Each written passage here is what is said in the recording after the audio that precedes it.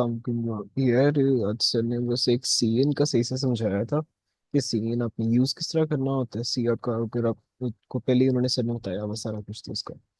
तो मैं आपको सीएन का जरा ब्रीफली एक्सप्लेन कर देता हूँ इसमें कि सबसे पहले तो अपना उसी तरह कोड लिख दो ना सारा। जैसे कि इंक्लूड आईओ स्ट्रीम या भी मेंशन करके यूज स्पेस एसटीडी।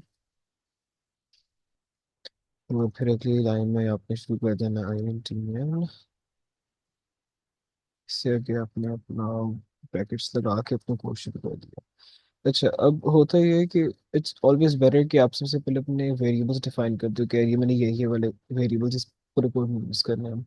तो उसके लिए अपने यहाँ पे फ्लोट लिख दो। फ्लोट ए। अगर हमने जिस तरह से हमने सबसे पहले टूटी करवाई थी कि हमने किसी सर्कल का एरिया फाइंड करना है, उसके लिए रेडियस बस हमें मिल जाएगा उसका। तो उसके लिए ए कर दो पहले आप, और फिर बाद में आप बी कर दो। आपके लिए आसानी हो जाएगी इसको डिफाइन करने में। तो अब ने हमने अब यहाँ पे दो वेरिएबल्स अपने डिफाइन कर दी कि हमें दो वेरिएबल्स चाहिए ए एंड बी। अगली लाइन में हम आके पहले यूजर से कह देंगे कि हमें आप रेडियस बता दें। तो उसके लिए see out please provide the radius of the circle. ठीक है, इतना लिख दिया। इसे यहाँ पे क्लोज करके अपना स्टेटमेंट क्लोज कर लेंगे यहाँ पे। और इसके बाद अपने नेक्स्ट लाइन में आ जाओ। अब अच्छा, पहले यहाँ पे ये चीज़ देख लेना कि सी आउट के लिए हमने ये जो ग्रेटर देन का साइन यूज किया ना इस तरह। अब हम जब सी इन लिखते हैं तो हम इसके लिए ऑब्जेक्ट लगाते हैं कि हमें वैल्यू यूजर से, अब हमने जो वैल्यू है वो लेनी है। वैल्यू यूजर से हमने इनपुट लेना। तो यहाँ पे आप ए लिख दो, इसको यहाँ पे क्लोज कर दो। ठीक है। अब हमने यूजर को सिर्फ रेडियस बता, या सॉरी एरिया बताना है सर्कल का। तो उसके लिए हम बी को डिफाइन कर देंगे। आपके हमारा बी वेरिएबल जो है वो क्या है। तो बी इक्वल्स टू 3.14 टाइम्स, अब पाई आर स्क्वायर होता है ना, तो हम ए जो है हमारे पास यहाँ पे रेडियस है। तो हम उस ए को आर स्क्वायर करना है तो दो दफा से मल्टीप्लाई कर देंगे, यहाँ क्लोज कर देंगे। ठीक है। अब नेक्स्ट लाइन में आ जाओ। अब सी आउट फिर से लिख देना। अच्छा, अब ये चीज़ याद रखना कि अगर आप इसी तरह यहाँ पे सारा शुरू कर दोगे ना अपना कि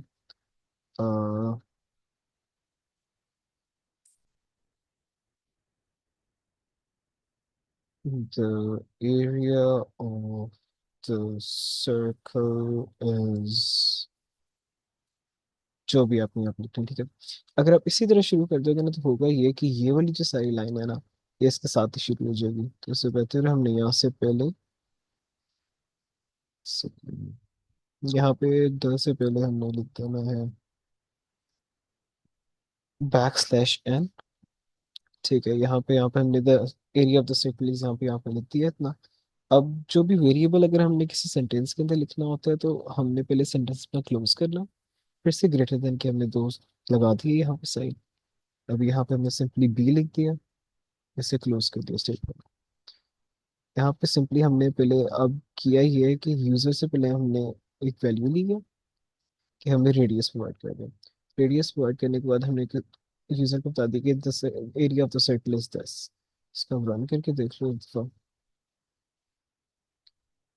तो जिस तरह यहाँ पे रहा, वो पहले आपसे पूछेगा please provide the radius of the circle. Radius circle 6 दे दिया, प्रेस एंटर। और यहाँ पे आपके पास में आ जाएगा the area of the circle is 113.04। यहाँ पे इतना हो गया। एक्सेप्ट। ठीक है, एक पहला हमारी ये एक्टिविटी सर ने समझाई थी। अब सेकेंडली जो सर ने बताया था वो टेबल का जो था, तो वो भी इतना मुश्किल नहीं, वो भी इजी ही है। तो हमने पहले उसे ले लिया कि एक वेरिएबल यहाँ पे हमने डिफाइन कर दिया। अब हम नेक्स्ट लाइन में आ जाते हैं। तो हमने डिस्प्ले करना था कि ए बार बार इस तरह लिखा जाए। तो उसके लिए पहले हम कर देंगे सी आउट। पहले हाँ सी आउट करेंगे। तो हम यहाँ लिख देंगे please provide the desired number. यहाँ पे इस तरह लिख दिया, इसे यहाँ पे क्लोज कर दिया, फिर हमने फिर से सी एन लिखा, इस तरह पहले लिखा था कि हमें यूजर से वैल्यू मिल जाए। सी एन लिख के हमने यहाँ पे ए मेंशन कर दिया, इसे क्लोज करेंगे। उसके बाद हमने यहाँ पे सी आउट।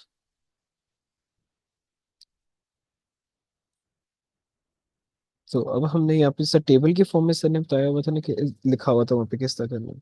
तो वो भी काफ़ी इजी सर। सबसे पहले यहाँ पे सी आउट कर देना, और नेक्स्ट लाइन पहले शो करनी है। हमेशा बैक स्लैश और बैक स्लैश टी जैसा टैब और नेक्स्ट लाइन के लिए होता है, हमेशा डबल पोस्ट्रफी में लिखा जाता है। तो पहले आपने सी आउट ग्रेटर देन ये लिख के बैक स्लैश एन उसी तरह करेंगे, वरना अगर इस तरह यहीं पे इस तरह शुरू कर देते तो ये इसके आगे लिखा जाता है सारा, बैक स्लैश एन करके यहाँ पे फिर से आगे स्पेस डबल ग्रेटर देन के साइन, और उसके बाद हमने लिख दिया पहले अपना इंटीजर ए, यहाँ पे गए इसको फिर से आगे गए। अब हमने जिस तरह अब टैब स्पेस देनी है, उसी तरह डबल apostrophe बैकस्लैश टी, बाहर आए स्पेस ग्रेटर देन के साइन, और यहाँ पे अब हमने मेंशन करना है कि ए का स्क्वायर, तो वो simply A multiply by A space greater than के दो साइन, और इसके बाद फिर से apostrophe बैकस्लैश टी और टैब स्पेस फिर से ग्रेटर देन के दो साइन, और अब हमने ए का क्यूब बताना है, a multiply by a multiply by a. अब हम इतना ही है, इसे बस क्लोज कर देंगे स्टेटमेंट को घंटी। ये खुद ही सारा कुछ स्पेसिंग वगैरह सही कर लेता होता है, इसका रन करके देख लो एक दफा। अब मैंने कुछ गलत किया, एक सेकेंड,